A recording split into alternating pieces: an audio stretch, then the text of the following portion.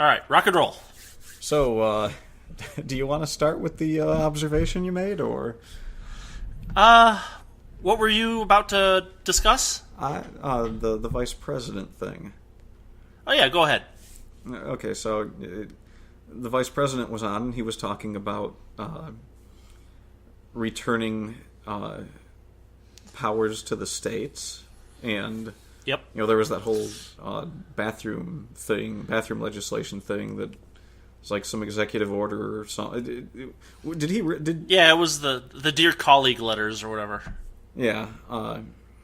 Well, Trump went ahead and signed. I guess he signed another executive order, or he. What did he do? Yeah, he said he wasn't going to. He said he wasn't going to use those as guidance anymore, or something. Yeah, that was it. But yeah, he said that those decisions should be left to the states, and I was like, yes. Yeah, I know. It was like there was a borderline thank you there. like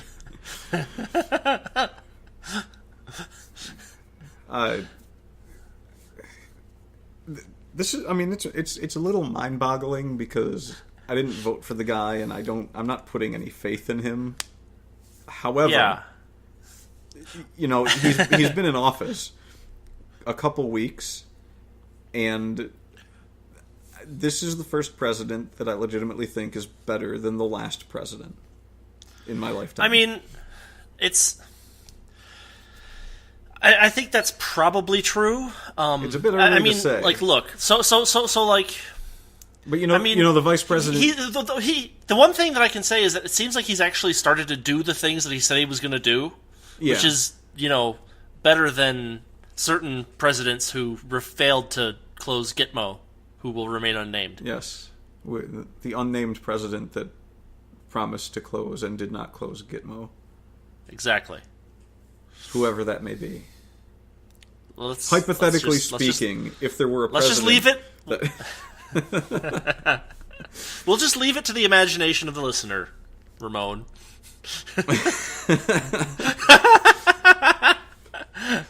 I don't think he listens anymore. He probably... Well, we haven't released a new video in a long time. I noticed that there aren't any hits on Contra Cruise Day 5 or whatever that aren't probably me.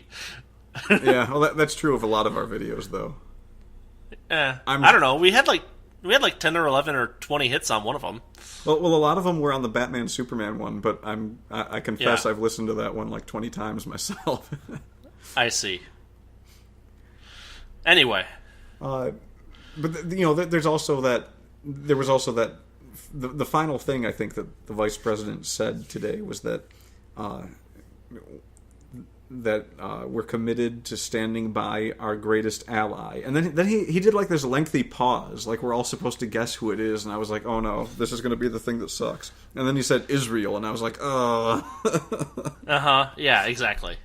So it's not exactly a clean sweep, but I guess it's better than every single thing. The immigration executive order was something that he promised to do, but probably shouldn't have been done. Probably. Yeah. I mean, it's a mixed bag, but like it's been 8 years since we've had a president who's done anything. Well, it's not just that. It's like it's been at least 8 years. No, it's been more than that. It's been, oh god, it's probably been 12, 16 years since we had a president that even kind of gave like the nod to any sort of liberty anything. Yeah, it's. I mean, maybe it's just the refreshing factor that's kind of. I mean, Bill Clinton, for all his faults, at least put out propaganda that said that he had reduced the deficit to zero. Yeah, which nowadays is a sin. Just even talking about reducing the deficit. It's just impossible. I think our mandatory outlays are more than our usual income. All that non-discretionary spending that doesn't cover bridges, roads, and fire departments. No, that's all optional. Yeah, military. Most of a good chunk of the military. The things that are necessary are the welfare payments.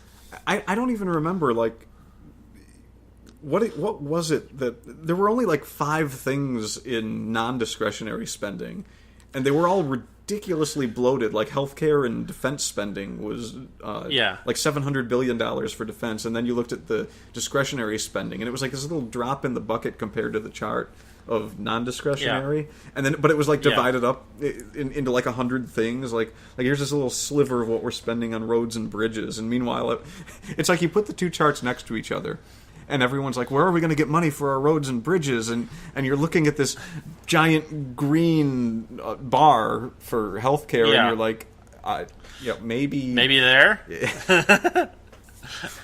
We're spending this much, and it still costs us. We're spending this much, and we still can't afford healthcare. Yeah, exactly. This spending isn't working.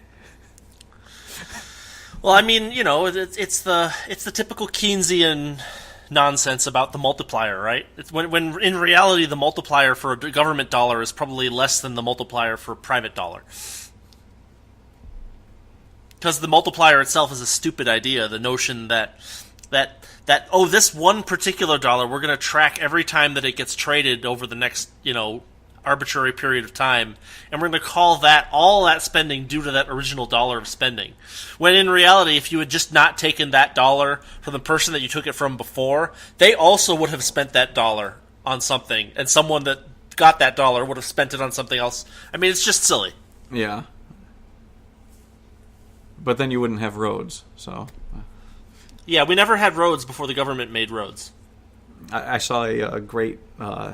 Al Gore invented roads in 1987, right after he invented the internet. Well, I mean, we were living in tribes, apparently, before 1913. Well, clearly. There was no source for any sort of tax money because there was no income tax. Yeah, clearly. I mean, what were people doing? I don't know. I mean... There was no provision for an income tax in the original Constitution. Like it was forbidden. Where did they get the pen and paper to write the Constitution? I know, right? Like, how did anyone know how to read or write? They didn't have public schools back then. Yeah, the Department of Education was what, 1970, 74, 75, something like that? Thank God we got in after, otherwise we wouldn't know how to read or do math. I know, right? Because nobody knew how to read before that.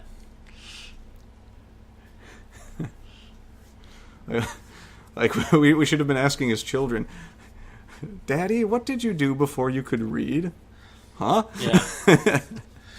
Well, there was no Department of Education before. And if the federal government doesn't do something, it doesn't get done. And if they do something, it doesn't get done. Like bombing third world countries.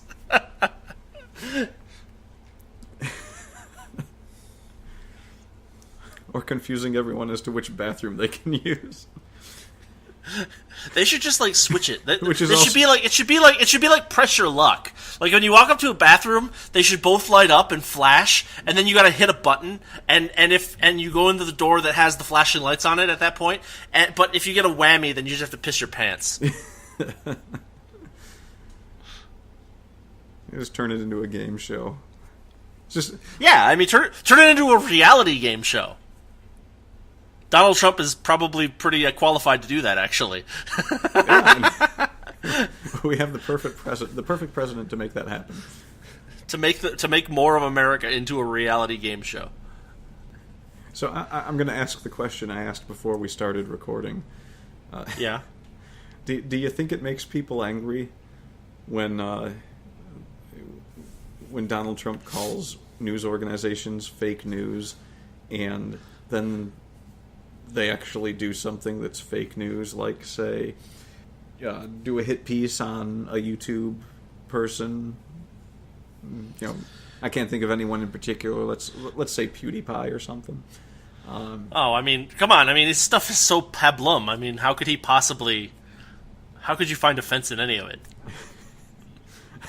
I'm pretty sure that you could find offense in, at least every 2-minute piece of a PewDiePie video, but that's just a guess. I don't know. I've never watched a PewDiePie video.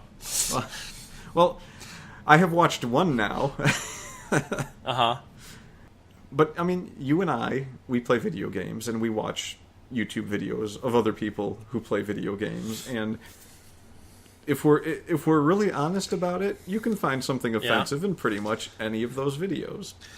I hate to tell you this, but one of the things that humor does, one of the reasons that humor is funny, is because it pushes taboos. Well, doggone it. That's the purpose of humor. Like that's why it works. Okay. No one laughs at why did the chicken cross the road. It's not funny. But if you say why did the chicken cross the road, and you say because it was transgender and there was a different bathroom over there, that's approaching funny. It's not very funny, but I mean, you pulled that one off the top of your head, didn't you? I did. It was not planned. That's why I'm in favor of the new humor czar. 5-year plans for all humor. That is a long Dave Smith, time to wait for a joke. Like Obamacare. Yeah, but the punchline will be amazing. It was about 5 years before they got Obamacare implemented, right? No, it's still not fully implemented. I got a piece I'm talking of mail. government It was like, implemented, not like actually implemented. Those are two separate things. There should be another word for it. Well, you said implemented. I assumed you meant the law implemented. Attempted, I think, is what we're looking for here. Well, no, I mean I got a thing in the mail that was like last year you said what was the word? What did they phrase it? Last year you claimed deductions because you didn't have health care. This year, if you still do that, you may need to pay a fee. And it's like, it's all right, I'm employed now. I'm surprised you weren't employed last year. It's what with your privilege and all. Well, I mean, that's not my privilege. My privilege is redefining a person that's arguing against me, redefining the things that they say to be a concession to the argument. That's my privilege. I had to do that a bit myself today. Yeah. But it's good to keep a pocket full of privilege around. You never know when you'll need it. You just sprinkle a little bit of it on problem areas. Or a taco salad. Oh man, I could go for a taco salad right about now. Yeah, if only we knew someone that could make one. If only there was a country nearby. Oh. A country nearby to where I am in... What state am I in again? You're in New Mexico. What other country could possibly be near New Mexico? Or maybe if there was like an older version of the place where you live, where there's people who basically defined the food that we are thinking about. If only... You mean like the slums downtown in Albuquerque? That might be it. Like those places are old. Those buildings are very old. Other than that, I can't imagine what you're talking about. I wonder if maybe we could just knock down a wall somewhere, and we could get masses of chefs flooding into the country from some cuisine-driven madness. Or cuisine rich. Yes, they moved from a cuisine-rich country to a cuisine-poor country. Yes, and now the cuisine-poor country. Look. I mean, everybody knows that Ricardo's Law was debunked. Do they? No. I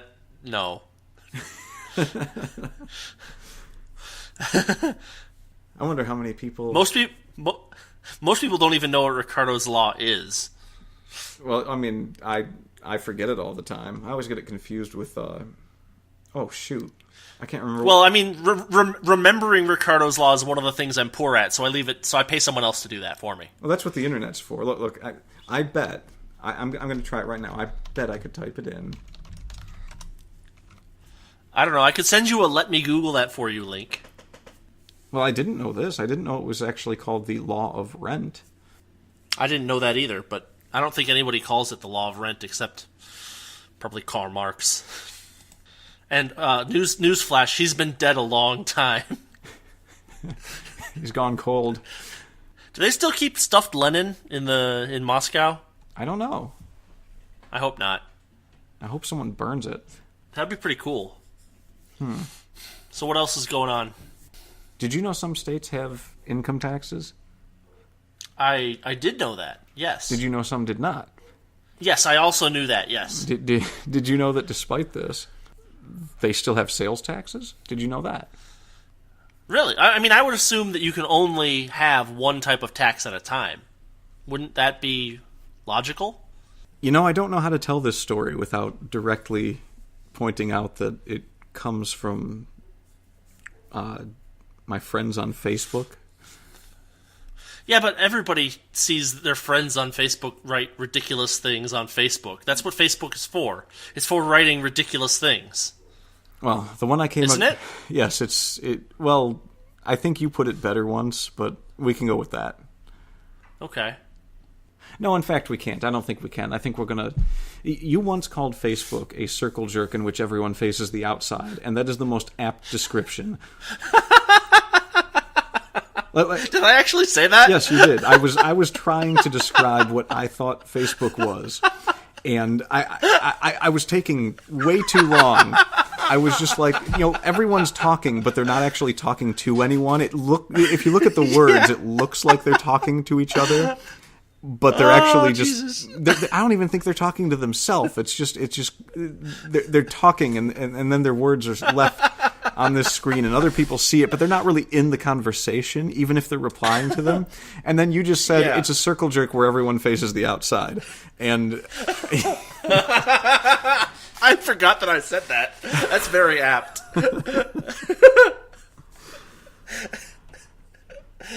It's never been put better. Are you sure that was me? I'm not usually in. No, that was you. It was definitely you. Okay, if you say so. Because the very next day, I told someone that you had called it that. And a week later, I told someone that you had called it that. And I have not stopped telling people.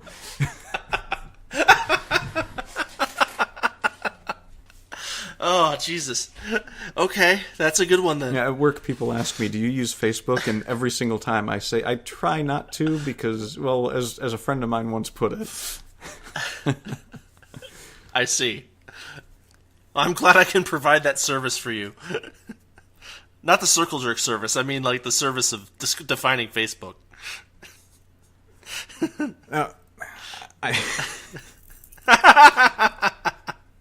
God, where do we take it from here? Do I even bother telling my story now? Because my story's not as good as that. No, go ahead. Go ahead. All right. All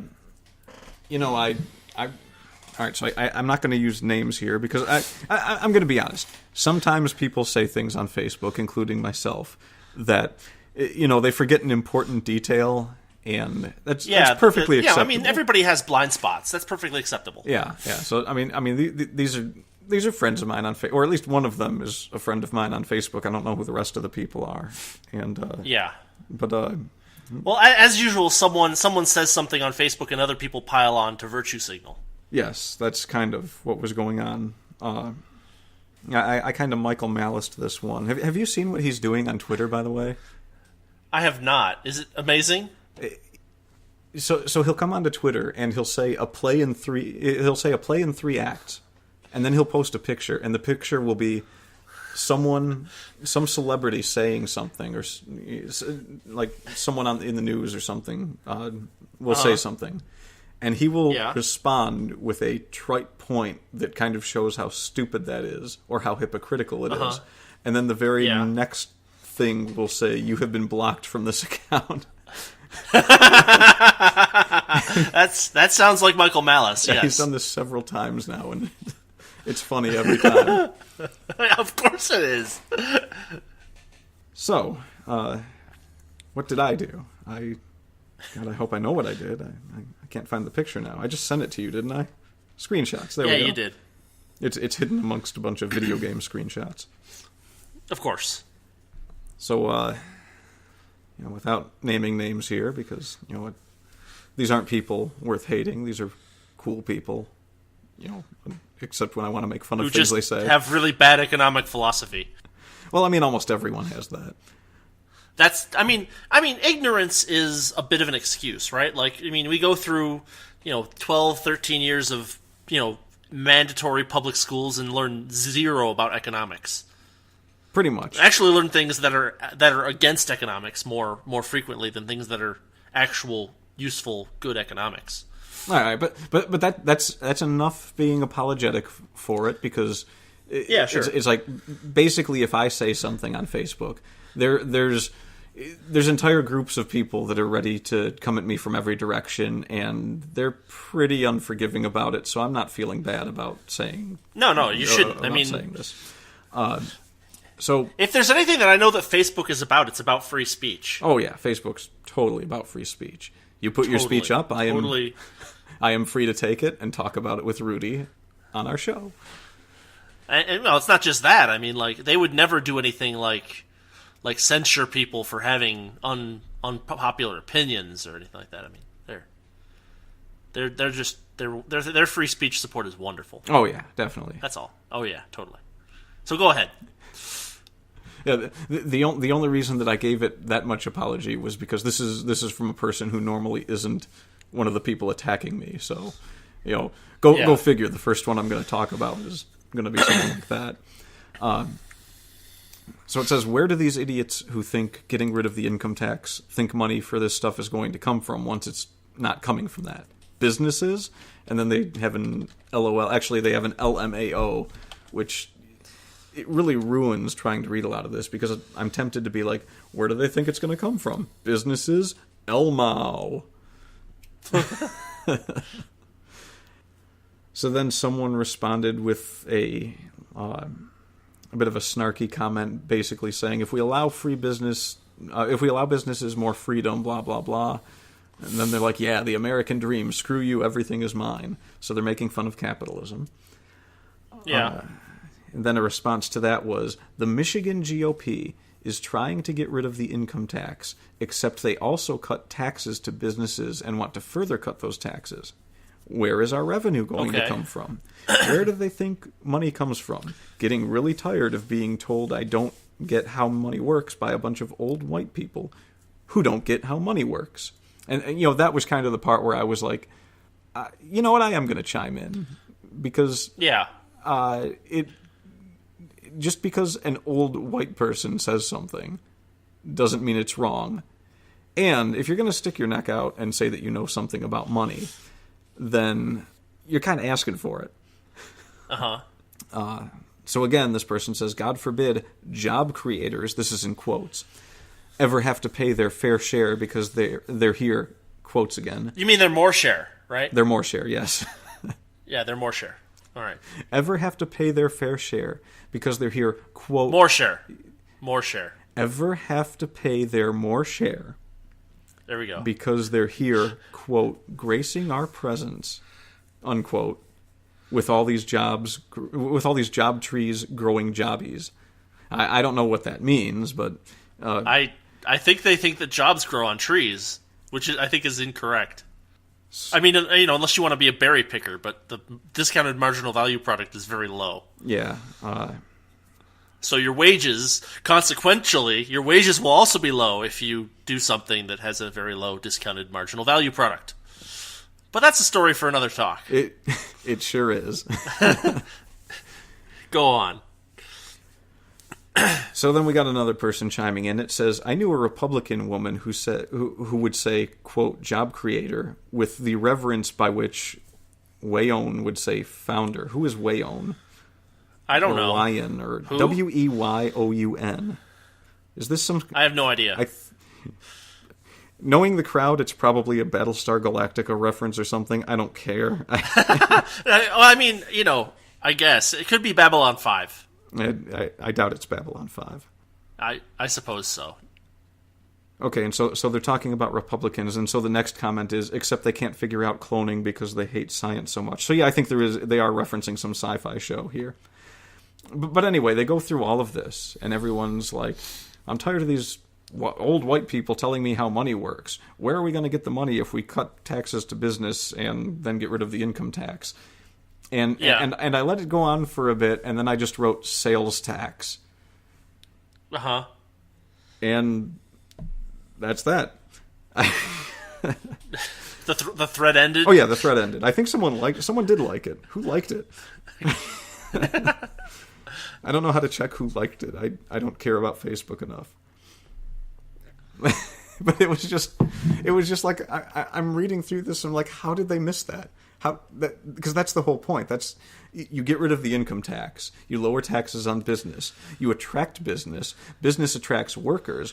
Workers come work for the business. The business sells things, producing sales tax, and they sell things to the larger population of people in the area because they're working there. So those people are paying more sales tax. Yeah. I mean, in the end, it probably produces a lot more wealth because it's less hampering to that which produces wealth and creates jobs. Well, what it does is it promotes income and discourages consumption. Yeah, which means that you get more savings and less consumption. Which means that you get more capital, less consumption. Which means that you get a higher productivity of labor and less consumption. Which means that you have more stuff and less consumption. Which means that you have more stuff. And more, I mean, this is economics 101. Yeah, I know. So, maybe you know how money works, but you're talking economics now. I suppose. I'll give them that. I'll give people that they might know how money works, but and it's really being generous of me, honestly. But most people don't know how money works. Yeah, I said generous. If you gave them a copy of Mises' theory of money and credit, they would probably disagree with it and not know why. Well, they would certainly disagree with it, and they would almost, if they could even understand it. And it's written in baby speak, so it's not hard to understand. The theory of money and credit? No, that's a pretty tough book, but it's not written in a different language. It is written in a way that it teaches. I consider that baby speak. If you can learn something from something, there's no reason to call it difficult. I suppose. The process of learning can be difficult, but there's... I don't know. I mean, my general opinion of Hayek is that he was kind of opaque. That even if he's making good points, he phrases them in ways that it's difficult to actually see what the point he's trying to make, or whether he's actually making a good argument for it. I've had that problem with Hayek in the past. It's possible to... I've read one Hayek book. Wait, no, I'm thinking of Hazlitt. I read... Yeah. Have I read any Hayek? No, Hazlitt's very readable, but Hayek I've found to be somewhat opaque. I don't think I've read any Hayek. Huh, I'm surprised. Well, then you probably should. What did he write? Well, The Road to Serfdom is the big one. The Constitution of Liberty, was that him or was that Milton Friedman? I think that was Hayek. I listened to an audiobook of The Road to Serfdom. I don't remember much of the material, though. I was listening to it in my car. Wasn't really paying attention. Yeah. He wrote... It was never as interesting as Mises. He wrote The Fatal Conceit as well. That's one I've been meaning to read. I will read that one. You told me about that good. one a long time ago, and I never got around to it. Well, the thing was... I read it. The thing was, the first one you got me to read was Mises, and Mises is such a... He is a marvelous writer. Yes. I don't think there's anyone in that circle that I enjoy reading as much as Mises. I mean, he writes with a personality in a place where you don't need personality because it's supposed to be scholarly, but it's entertaining to read. Mises is an amazing writer. Of course, everything that he has written is that was a translation. Amazing but, to read. There's a lot that you can look at and be like, well, they didn't add that in the translation. He's got a very distinct personality in his writing. Well, no, I think he wrote the English version of Human Action. It's just that it was based off of a book that he wrote earlier. A multi-talented person. Well, you see, he got driven out of his homeland by fascists in the 30s. Like they burned his books. They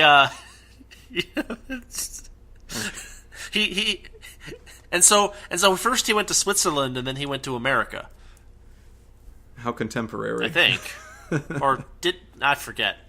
I might be I know that he ended up in America because he spent the last years of his life here, but I don't remember what we were getting at. Well, I think people understanding economics and money. Yeah, no, right. There's a lot that I have yet to learn about economics. I mean, I haven't really studied economics directly. I've studied Austrian economics and a bit of like I can't spout off all of the laws and rules that I had to look up Ricardo's law again. Very, very few people can spout them off. There's a few that you use them enough they become memorable. Ricardo's law is a good one. Yeah, but the point is, most people it basically says that in the market economy, there's room for everyone. Now was it the Darwinian theory of what was that theory that it was Darwin, right? That was saying something about the land provides X amount and that limits the population. That was Darwin, right? I don't think so. Or they were. It was either Darwin or they were calling it Darwin something or other. Do you mean Thomas Malthus? Okay, yeah, it was something Malthus said, I think, but they were referring to Darwin when they were talking about it. Yeah, I mean, or maybe I'm not sure. I'll have to look it up. I mean, it sounds familiar, but I can't put my finger on it. You'd have to look it up and show it to me. Or, you know what it might have been? It might have been Darwin had said something at one point about how there's like he had an idea of how much of a population could survive in a given area because there's X amount of land and X amount of food can be grown and there's nothing that can be done about that. And like but then there was this thing called the Industrial Revolution and booming agriculture and it was like... Well, I mean, I think you're talking about Malthus, not Darwin. It must have been something that he said or something. I distinctly remember. Malthus was the guy that said that population grows exponentially or geometrically, but food supply grows linearly, and so therefore we're all doomed to run out of food or something like that. Yeah, that's what I was talking about. Darwin... Was Malthus pre-Darwin? No, I think Malthus was post-Darwin. Oh, then why? Then I guess Darwin wouldn't have said anything about it, unless. Wait! Didn't Darwin have some sociological theory, or wasn't one named after him? Well, social Darwinism was named after him, but I don't think that he promoted it. That might be what I'm thinking of. Let me use the old internet again. Now I'm too curious. This recording can wait. I need to look this up. The recording is still going on. It doesn't need to wait. The theory that individuals, groups, and people are subject to the same Darwinian laws of natural selection as plants and animals. Now largely discredited, social Darwinism was advocated by Herbert Spencer. Okay, I must have been reading something about Spencer. See, in the late 19th, and was used to justify political conservatism, imperialism, and racism, and to discourage intervention and reform. I'm sure it was. That sounds like a very trustworthy article on Wikipedia. I don't even think it's on Wikipedia. Let's see. Where is it? Where'd you get it? Salon? No, it's the definition that pops up on Google. Feedback. Oh. It doesn't say where it's from, but there's a feedback thing I can click. Oh, it just says, what do you think? Was this helpful? I guess technically it was, but I feel like I should attack it. Yeah, I don't know. I guess I don't know enough about the history of it to actually make a case. Yeah, I think I'll leave it alone. The way that it was written, it sounds like it was written by someone who... it sounds like it was written by someone who thinks that Lenin was a great guy. Yeah, probably. Can't really trust people that think Lenin was a great guy. You know, the Wikipedia article looks a little more... nuanced? Yeah, well, little less agenda-driven, let's say. Uh-huh. Yeah, sure. Maybe. I'm not going to read the whole thing. I wouldn't bother. I don't think it's relevant to anything. It really isn't. I don't know. I just remembered I heard Darwin at some point, and it was referring to Malthus, and so here we are. But yeah, it was nice to see Malthus proved wrong on that point. No, the human race has been doing nothing but proving Malthus wrong for the last 200 years. Boy, I'd like to be the one to make that bet. Oh, I know, right? With interest? With interest. You know, before interest rates were pegged at basically zero? Yeah, I mean, holy crap. What was the interest rate in 1872? I don't know. Why would I know? Nobody knows. Someone knows. It's probably on the internet, but we don't need to look it up. No, for we God's don't. sake. That's, I'd say I shouldn't do this in front of a computer, but I sort of need the computer to do this. Yeah, well, that's what the microphone connects to. I had to check to make sure I was recording this whole time. If you hadn't been, we could have just put my my commentary over another covert action video. You still never put that up. You really need to put that up. I don't think so. Schizophrenic man plays covert action. I don't see that video in your it's sitting in on your my video list. desktop. Maybe I'll put it up tonight. That would be excellent. No, but that's how money actually works, though, or rather, the more important thing, the economy actually works. If you want things to grow, if you want to quote unquote create jobs, you have to create an environment in which jobs can be created. And one of the ways to do that is to say, hey, there's a group of... No, I'm not even going to explain it again.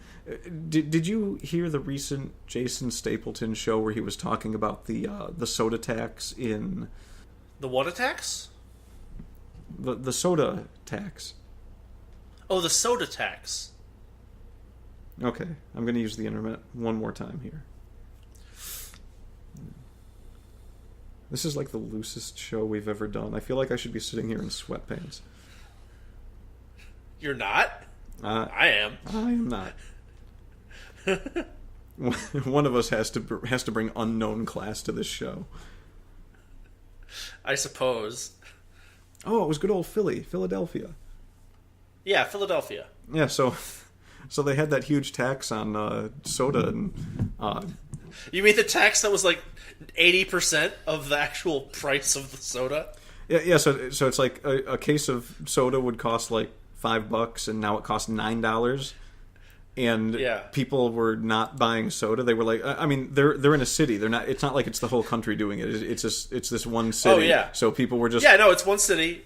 Well, the mayor was pissed off that the producers were passing the prices on to the consumers. And it's like, no, you just added a 70% tax. There's no way. There's no way they can't. They don't. There's no way they can't pass that. It's just stupid. They either do what they can and pass that on, or their competitors eat them and they vanish. No, even their competitors can't eat them because they can't sell anything for a profit. The competitors outside of the city. Oh, yes, of course. Yes. Oh, it's so funny. I mean, it's like I'm going to put a punitive tax on something with the purpose of banning it. I didn't actually ban it, so people are just, responding to incentives. I could not have foreseen this. And not only that, but they were planning on using the extra income that they thought they would get from this to pay for schools. Schools? Yeah. Well, they probably should have paid for the schools first. Because they needed to figure out this wasn't going to work. So now, not only are they not getting that extra money, but they're actually getting less money because they're generating... Yeah, they're on the hook for the schools. Yeah, well, they're still doing that. They're also generating less income from the new tax than they were before the tax. Yeah, I know. It's great. Welcome back once again to Economics 101. That's not even Economics 101. That's like remedial economics 80. It's like the economics class that the guy that only speaks Arabic goes to. Yeah, basically. Oh, I forgot about that whole subset of classes. Every time I was going to take classes in college, it was like there were these 80-level courses and 75-level courses where it was like all for the people that didn't speak English. So like the math course with the foreign language speaker, and then they like briefly they gradually introduce people to English as they're teaching them. That's the class that they cover this in. Yeah. And if you don't leave the class as a foreign student shaking your head and saying, doesn't everyone already know this? Then they don't let you into the country. Right. Or they cancel your visa that you already paid for. And arrest you. I mean, at its base, economics is about incentives. And if you can't look at things in terms of incentives to figure out what will work and what won't, or at least make the old, not even college try, the high school try. Give it the old kindergarten try. The old kindergarten block A on top of blue block 3 attempt. Yeah. It's like your kindergarten quantum mechanics course. And don't knock the blocks down before you've set them up. That's all I'm saying. So I got that out of my system. And honestly, it's the endless white remarks that are really getting me on it. It's just like, I didn't do anything to anyone. You're just making stuff up about how I've got it so much better than everyone else so that you can say that I did things to people. The word slave comes from a race of white people who were the people that were enslaved to make the word slave. That's where the Slavic comes from. It's funny, like, what was it? Someone like asked someone what other races had held slaves back in history, and they were like, "Oh no, only white people held slaves." And it's like, what? White people were slaves before you were slaves. Well, that I'm not sure about that, but there were probably slaves. There were probably slaves in Mesopotamia before there were white people at all. I mean, they didn't even have reading for them to not be able to do back then. I mean, and these are the same people that are against the accumulation of capital. And it's like, you realize that's what keeps people out of slavery, right? The idea that their productivity is more valuable than their life. Hey, don't go giving away all of our secrets. I know, right? Hold on to that privilege, my friend. I told you that's not my privilege. My privilege is to take someone who I'm arguing against, take what they say, and convert its definition into a capitulation on the argument. Oh, that's my privilege. It was Ben. What was Ben? Ben was the one that liked it. Excellent. Ben is a class act. I should have known. It's like the only other person on Facebook that leans towards our direction. I sent you those videos he made, right? No, you didn't send them to me. I'll have to do that. They're you told me to go looking for them, and I never did because I was lazy. Yeah, they're good videos. And I didn't want to go onto Facebook. Well, I mean, they're on YouTube. Yeah, I mean, he's got much better production values than we've got. Well, he has video, doesn't he? Yeah, well, he has actual video, not just a still image. That's step one, yes. So, anything else interesting going on? All right, so there's this idea that I owe people something, apparently.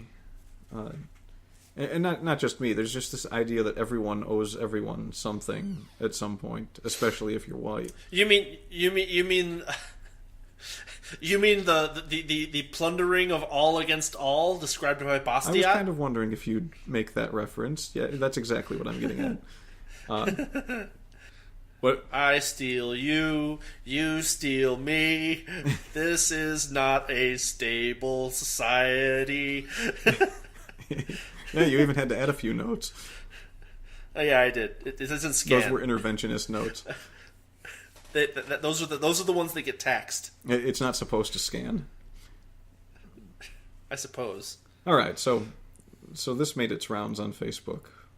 I don't know who wrote it, but it says, "I want my friends to understand that staying out of politics or being sick of politics is privilege in action."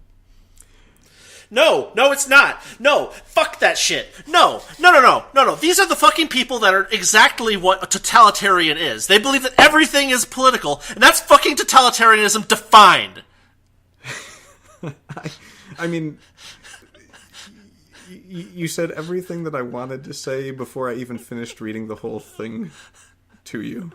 Well, it got me. It got me fast. That was what I... Well, I brought it up because it got me the same way. Yeah, well... This is totalitarianism in action, and totalitarianism is the privilege that people that think this way want. They want the authority. Yeah, exactly. They want the authority to control every aspect of everything. So now I'll read you the rest of this train wreck. Okay. Your privilege allows you to live a non-political existence.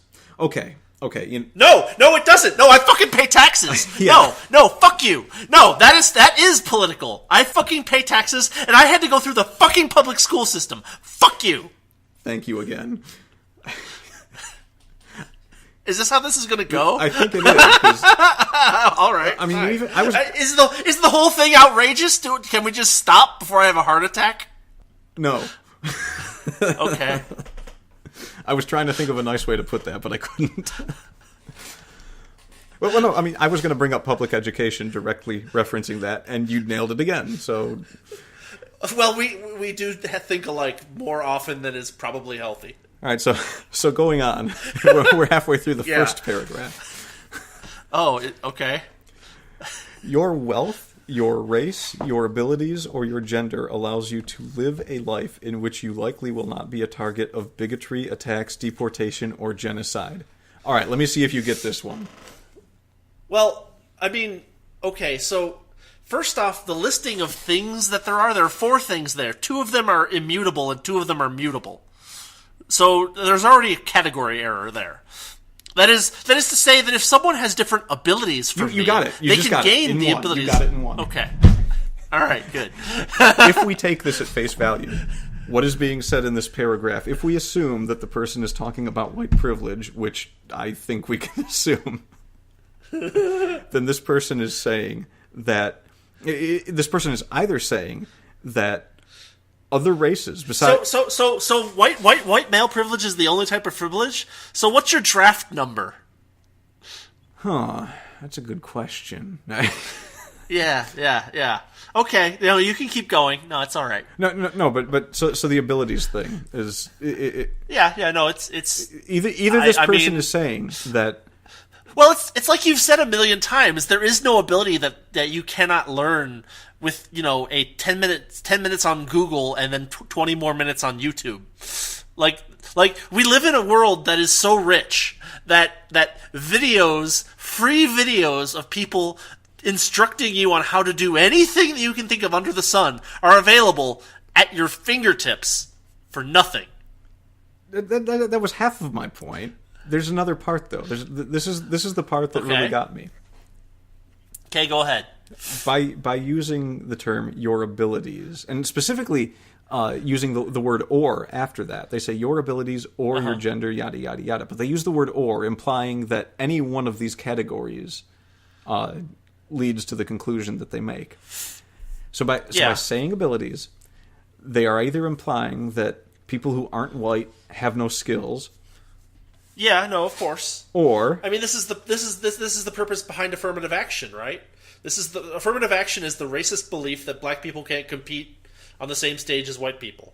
Yes, yeah, that's what affirmative action is. It is racism du jour. Yeah, or you're saying that a minority who has an ability in something that is beneficial to them will not be a target of bigotry, attacks, deportation, or genocide. One of those two things has to be true. Like Jews in Germany, who were good at accounting, or I mean, there's. Let me break this down for you. Genocide is not a rational behavior. Therefore, the person who is deciding to commit genocide against you doesn't have a good reason. Because there is no good reason for genocide. Oh. Well, I don't even know where they got genocide from in this. It doesn't make any sense in the context. This is clearly... No. The only reason that the people on the left talk about genocide these days is to bring up shades of Holocaust denial of people who oppose them. That's the only reason they bring it up. You get what I'm saying here, though, right? They're either saying that minorities have no talents, or they have, or the minorities that do have talents are immune to racism and bigotry and yeah, I know. I understand. Which is I understand not at all the what they logical believe. Purpose of an or. No, of course not. And since, as you pointed out, they do like affirmative action, all we can conclude is that these people are racists.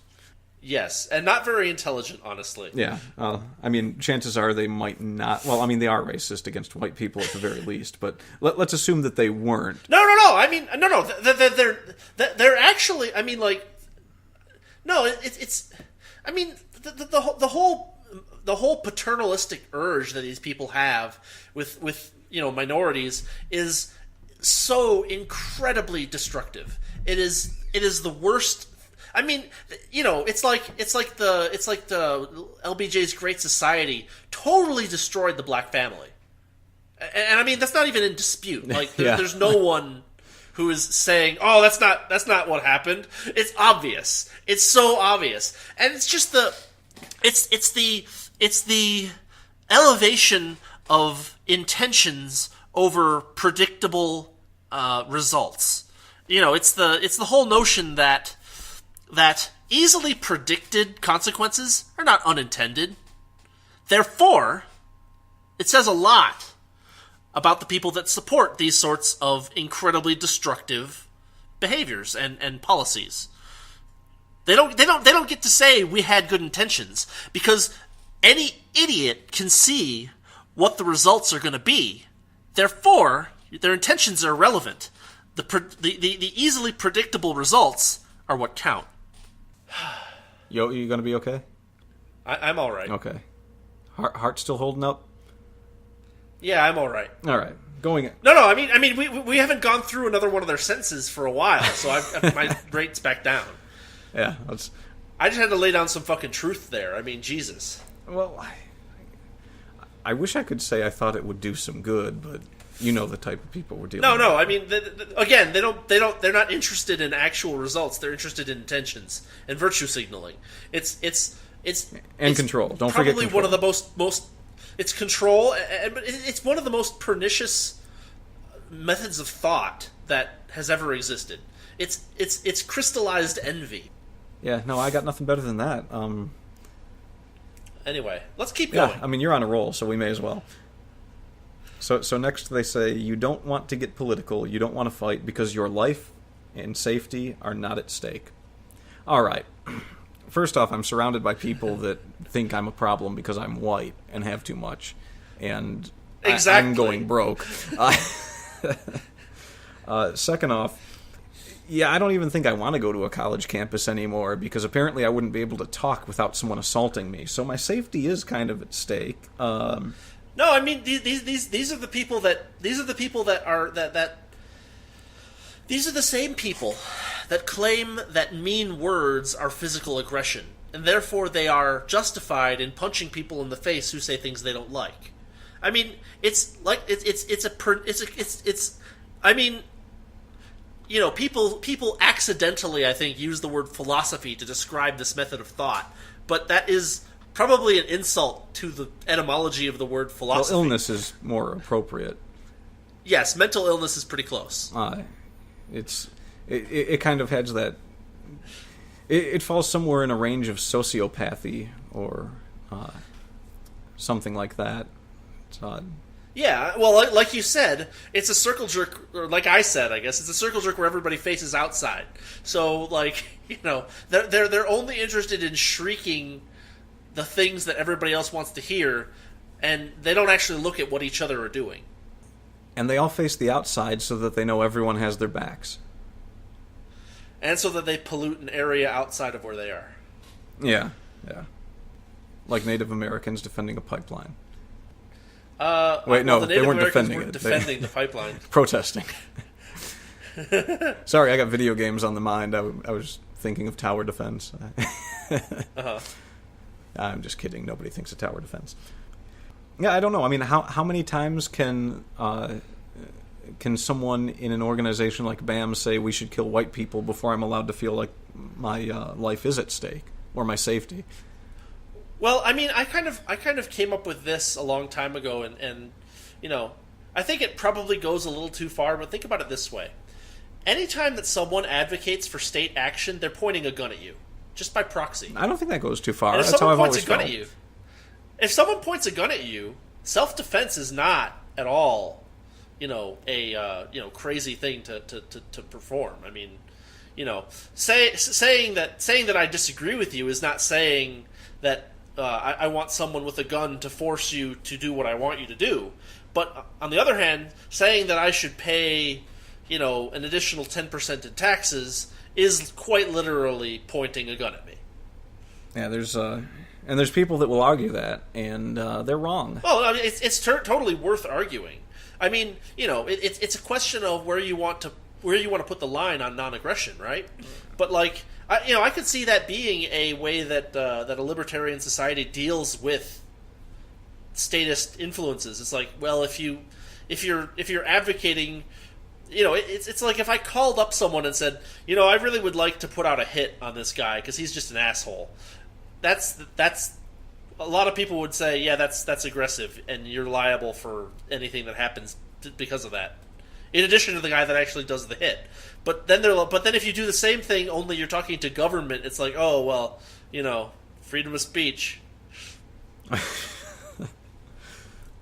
It makes it sound so much better, doesn't it? It's like Hillary Clinton, please kill all the people that I don't like. Free speech. And then someone else is like, I kind of disagree with your conception of how privilege is attributed to race. And then they're like, punch Nazis in the face. Oh well, you're gonna love the next sentence then. Go ahead. It is hard and exhausting to bring up issues of oppression, aka, quote, get political. Uh-huh. So issues of oppression are the thing that is getting political, I guess. I mean, they're not excluding everything else, but I kind of feel like that's, Well, I mean, discussion of actual oppression is political, right? Because that's what the state is. It is condensed oppression. It comes in a can. So yes, I mean it'd be nice if it did, because then I could kick it. No, only the government gets to kick cans. Right. It doesn't seem like it's hard and exhausting to bring up these issues, because that's all I see on Facebook now. Well, you notice that they're doing that instead of working most of the time? Oh, God, you're right. Yeah. It is work. I mean, where do they find the time for this? It is tiring to scream like a banshee. I mean, the welfare state, ask and ye shall receive. I'm struggling to work my job, keep up 4 websites, create new content for websites, write books, and study Japanese. I don't know where. Yeah. And that's just all your privilege. I mean, you're getting to study a language of an imperialistic group of people, 3 generations removed, and then you're working a job that you only got because you're white. Clearly, 90% of the people I work with are black. Shut up. That's exactly why you got the job, because you're white. Yeah, exactly. Yeah, because you're the token now.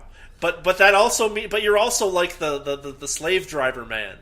Yeah, and then you've got internet privilege. So you're saying things on the internet, and those things are not being regulated, which means that you are not being properly oppressed by the state yet. They need to get a hold of all the things that you're saying, and then you need to get approved for all of that. And then the fact that you have enough wealth that you can have 4 websites is absurd. I mean, think about how many children could be fed by the amount of money that you spend on those 4 websites. 0. Exactly. I didn't think long. No, they're like $8 a year. Anyone can do it. Anyone can do it. Anybody can do it. Maybe not the guy living under a bridge. He probably can't do it. But if he has an Obama phone, he might be able to do it. I don't know. Well, I mean... Can you access the internet on an Obama phone? Or are they just... Yes. Oh, well, okay. Then probably. He can... Yeah. Well, I mean, he can go to the public library and access the internet. I mean, you realize that there are free ways to get websites as well. Like, I have a Blogspot page that I don't pay anything for. I used to have a free Google site. Yeah. Totally free. All right, so... Well, I mean, it's free in the sense that you don't pay anything for it, but what happens is that Google monetizes it and they take their cut. But that's fine. That's how exchange works. Are we back in 101 territory, or are we still hovering in 80? I mean, these are the same people that think that exchange means two things are of equal value. They're too far gone at this point. What happens if you got simultaneous equal pressure in opposite directions towards each other? Okay, I'm a physicist, so I don't do a lot of math, but I can tell you that if you have a vector field and you add an opposite vector field to that vector field, you get a zero. Is there more? Where are you getting this monstrous? Paragraph? There is more, because that brings up an interesting point. It is the only science where you can have vectors that have greater force traveling towards each other that pass through each other.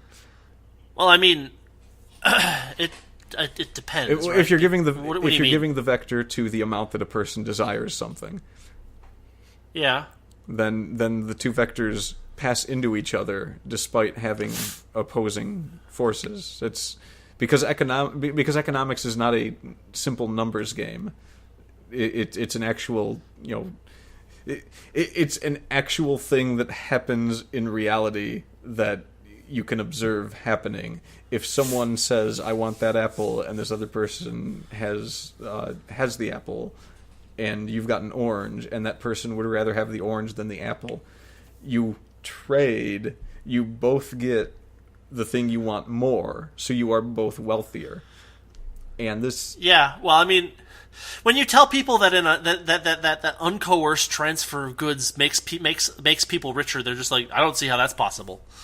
Because they don't believe in subjective value. It's like the marginal revolution of the fucking 1700s passed these people by. It did. They never learned about that in school. We never did. Well, no, of course not, because the school is funded by the government, and if you learn about marginal utility, then you're like, wait a minute, this doesn't work. They can't have that. No. Going on.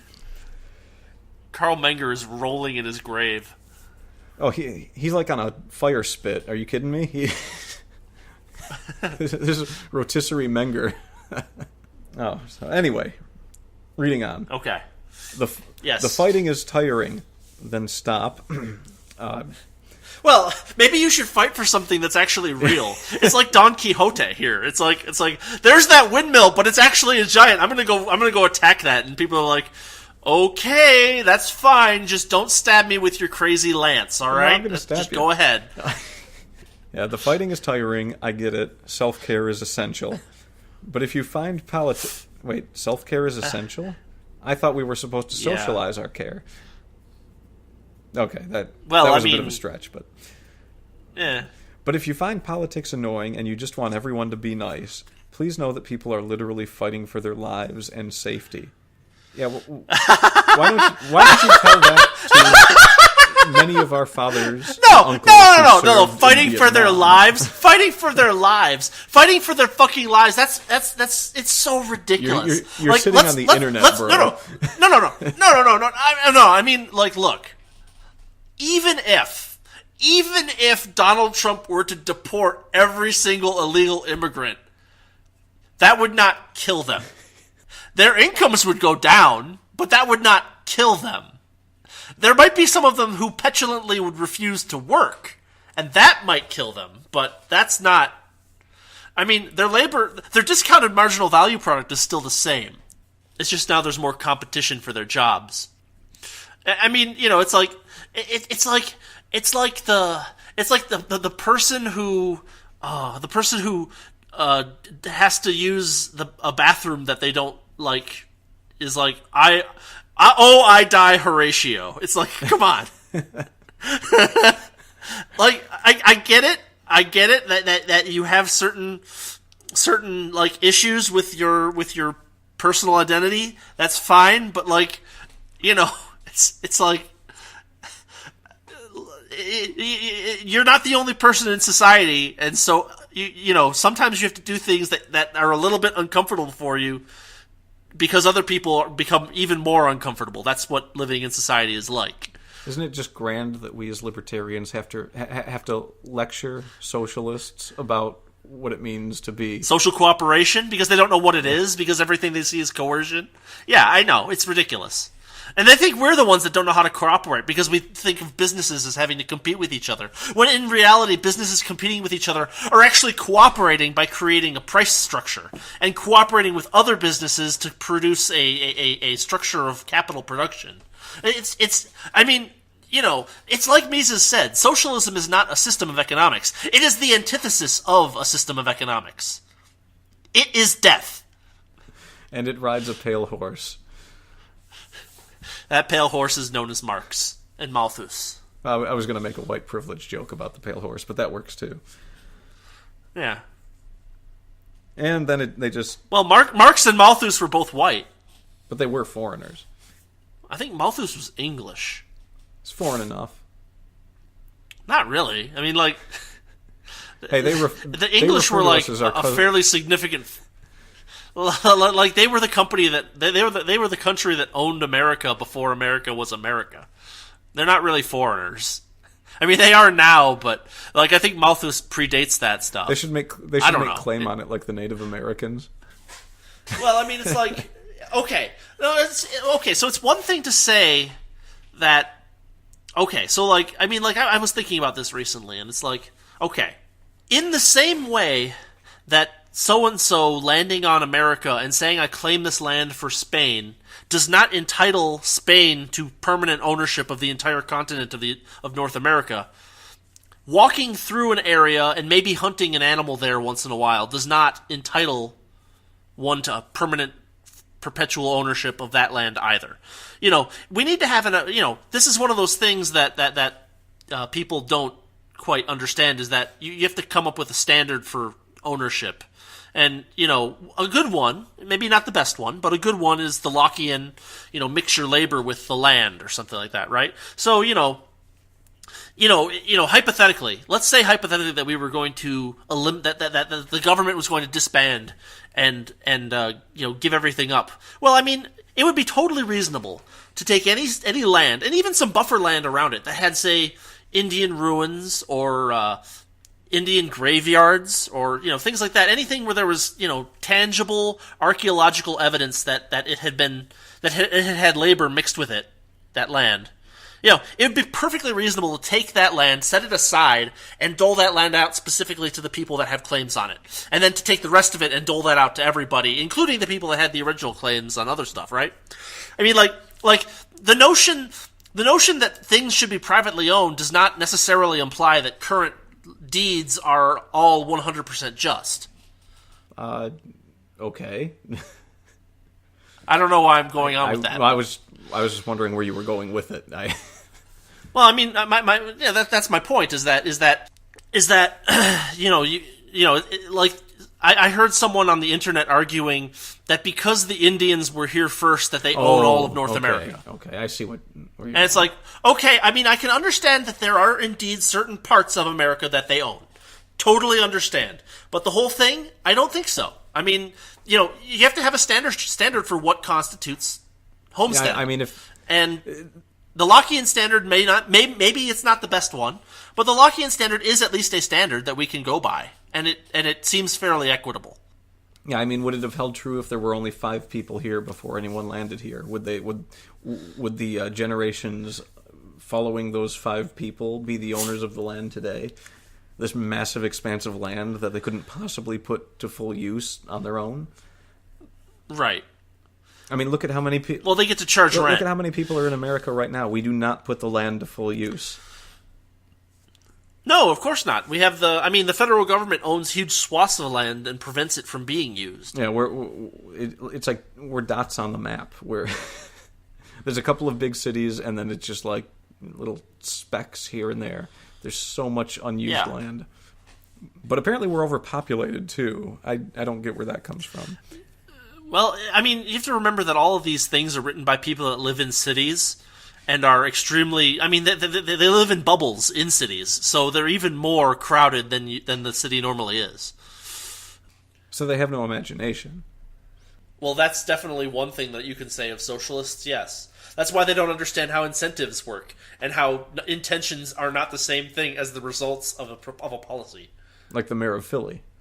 Yes, exactly like the mayor of Philadelphia. They also had no sense of humor. Oh, no. They gotta have a sense of humor. No, I'm pretty sure they don't. Are you sure?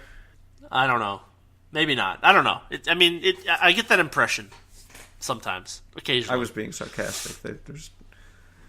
I don't have a sense of humor. If you're not talking about anything important, they might have a sense of humor. Everything is important because everything is political and needs to be controlled by a central authority. It's a perfectly reasonable viewpoint to hold. Just like genocide. Do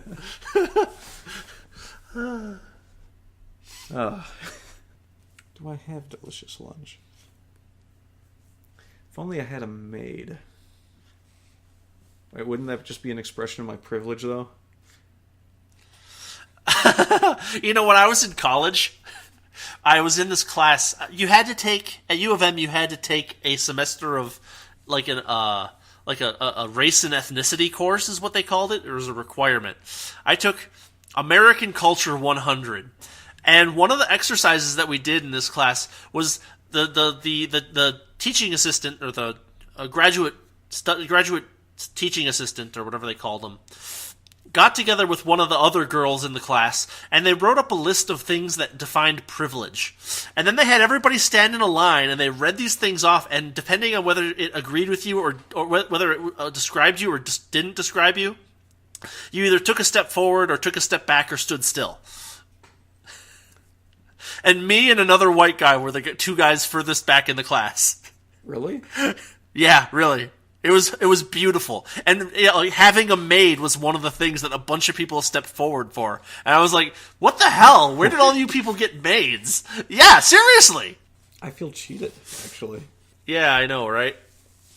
It was a funny day though, because like they were like, "Oh well, you know, this will just show all the white people in the course how bad they are," and it's like me and one other guy are just like standing in the back, and we're like, I guess we're the least privileged. And they're like, shit! Because that's what always... But yeah, basically... Well, I mean, it's their choice. But, like, you know... this is what always happens, is that they come up with, you know, an abstract set of rules that they believe defines how society works, and then those rules completely fall flat, and they're like, yeah, we're still gonna act as if these rules are true. I do have to point out that you were playing this elementary school game in a college course. I feel like I have to point that out. Oh, no! The whole college course was like that. So the reason I took this course was because a guy that I worked with in my undergraduate lab took the course like the semester before, and he kept bringing in like reading assignments and shit, and we would look at them, and we would just laugh and laugh and laugh and laugh. So this was like, when you were at U of M? Yeah, this was a requirement at U of M. They were throwing around the word privilege back then, too? Oh, yeah, totally. It's not like it's a new thing. It's just that it's finally... Well, you weren't in a prestigious school like the University of Michigan. Yeah, no, I was at Eastern. Yeah, exactly. It hadn't made it there yet. They call that gunplay 101.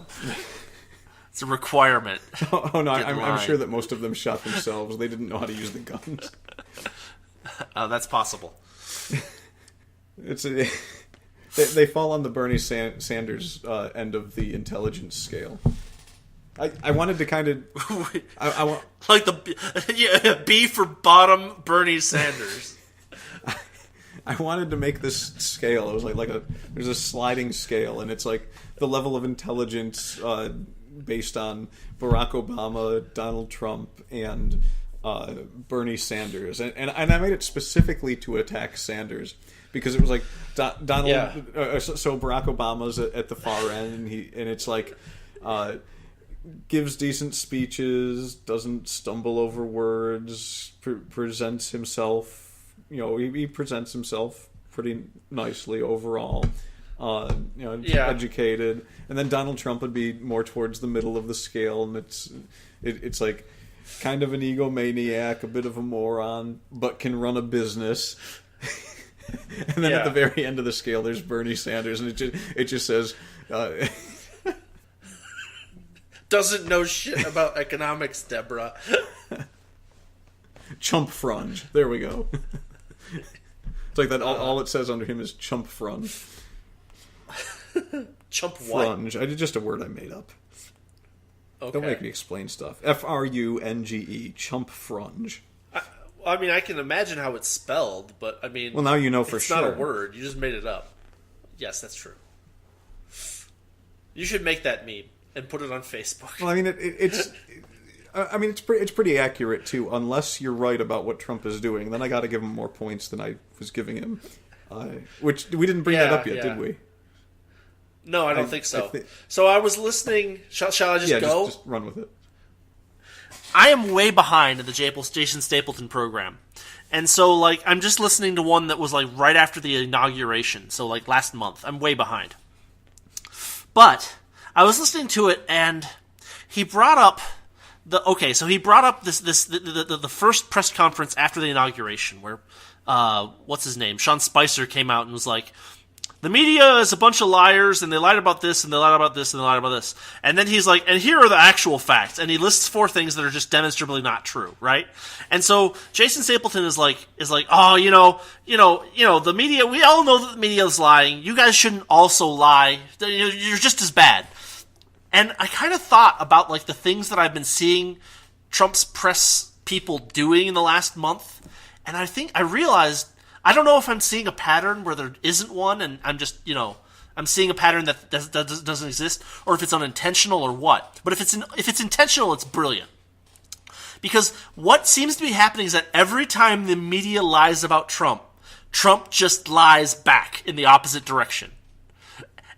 And, I mean, like, if that's intentional, it's brilliant, because the only end game is for the media to stop lying. If that's and it's great because it's exactly the same tactic just turned around, right? Like, it's like there's the saying that a lie gets halfway around the world before the truth gets its pants on. This is just saying, well, you have a lie to get halfway around the world. I guess I have a lie to get halfway around the world, and the truth can get its pants on at its leisure, and we'll just see where it goes. I mean, I really don't want to ascribe that much intelligence to the man, but if that's what he is doing, I would have to tip my hat, because I mean, you're right. It's definitely hat tippable. It really is. It's brilliant. It only has one end game, it has 2 end games. It has 2 end games. Is that they both start lying even more and more and more and more in opposite directions, and thereby canceling each other out, or one side stops lying, and then the other side either stops lying or continues to lie, and we see who actually has integrity. It only has the one ending. It only has the ending that the media has to stop lying, because that... Well, that's if the media is smart enough to not just double down. All right, well, let's define what not lying would be, though. If the media is forced to fact-check everything he says, find the lies, and then give the truth, then they're immediately showing that what they said wasn't true as well. Which is almost the same as not being able to lie. If every time you lie, you have to be like, actually, we did lie, here's what's real. No, but if they just stop fact-checking altogether and just, like, say...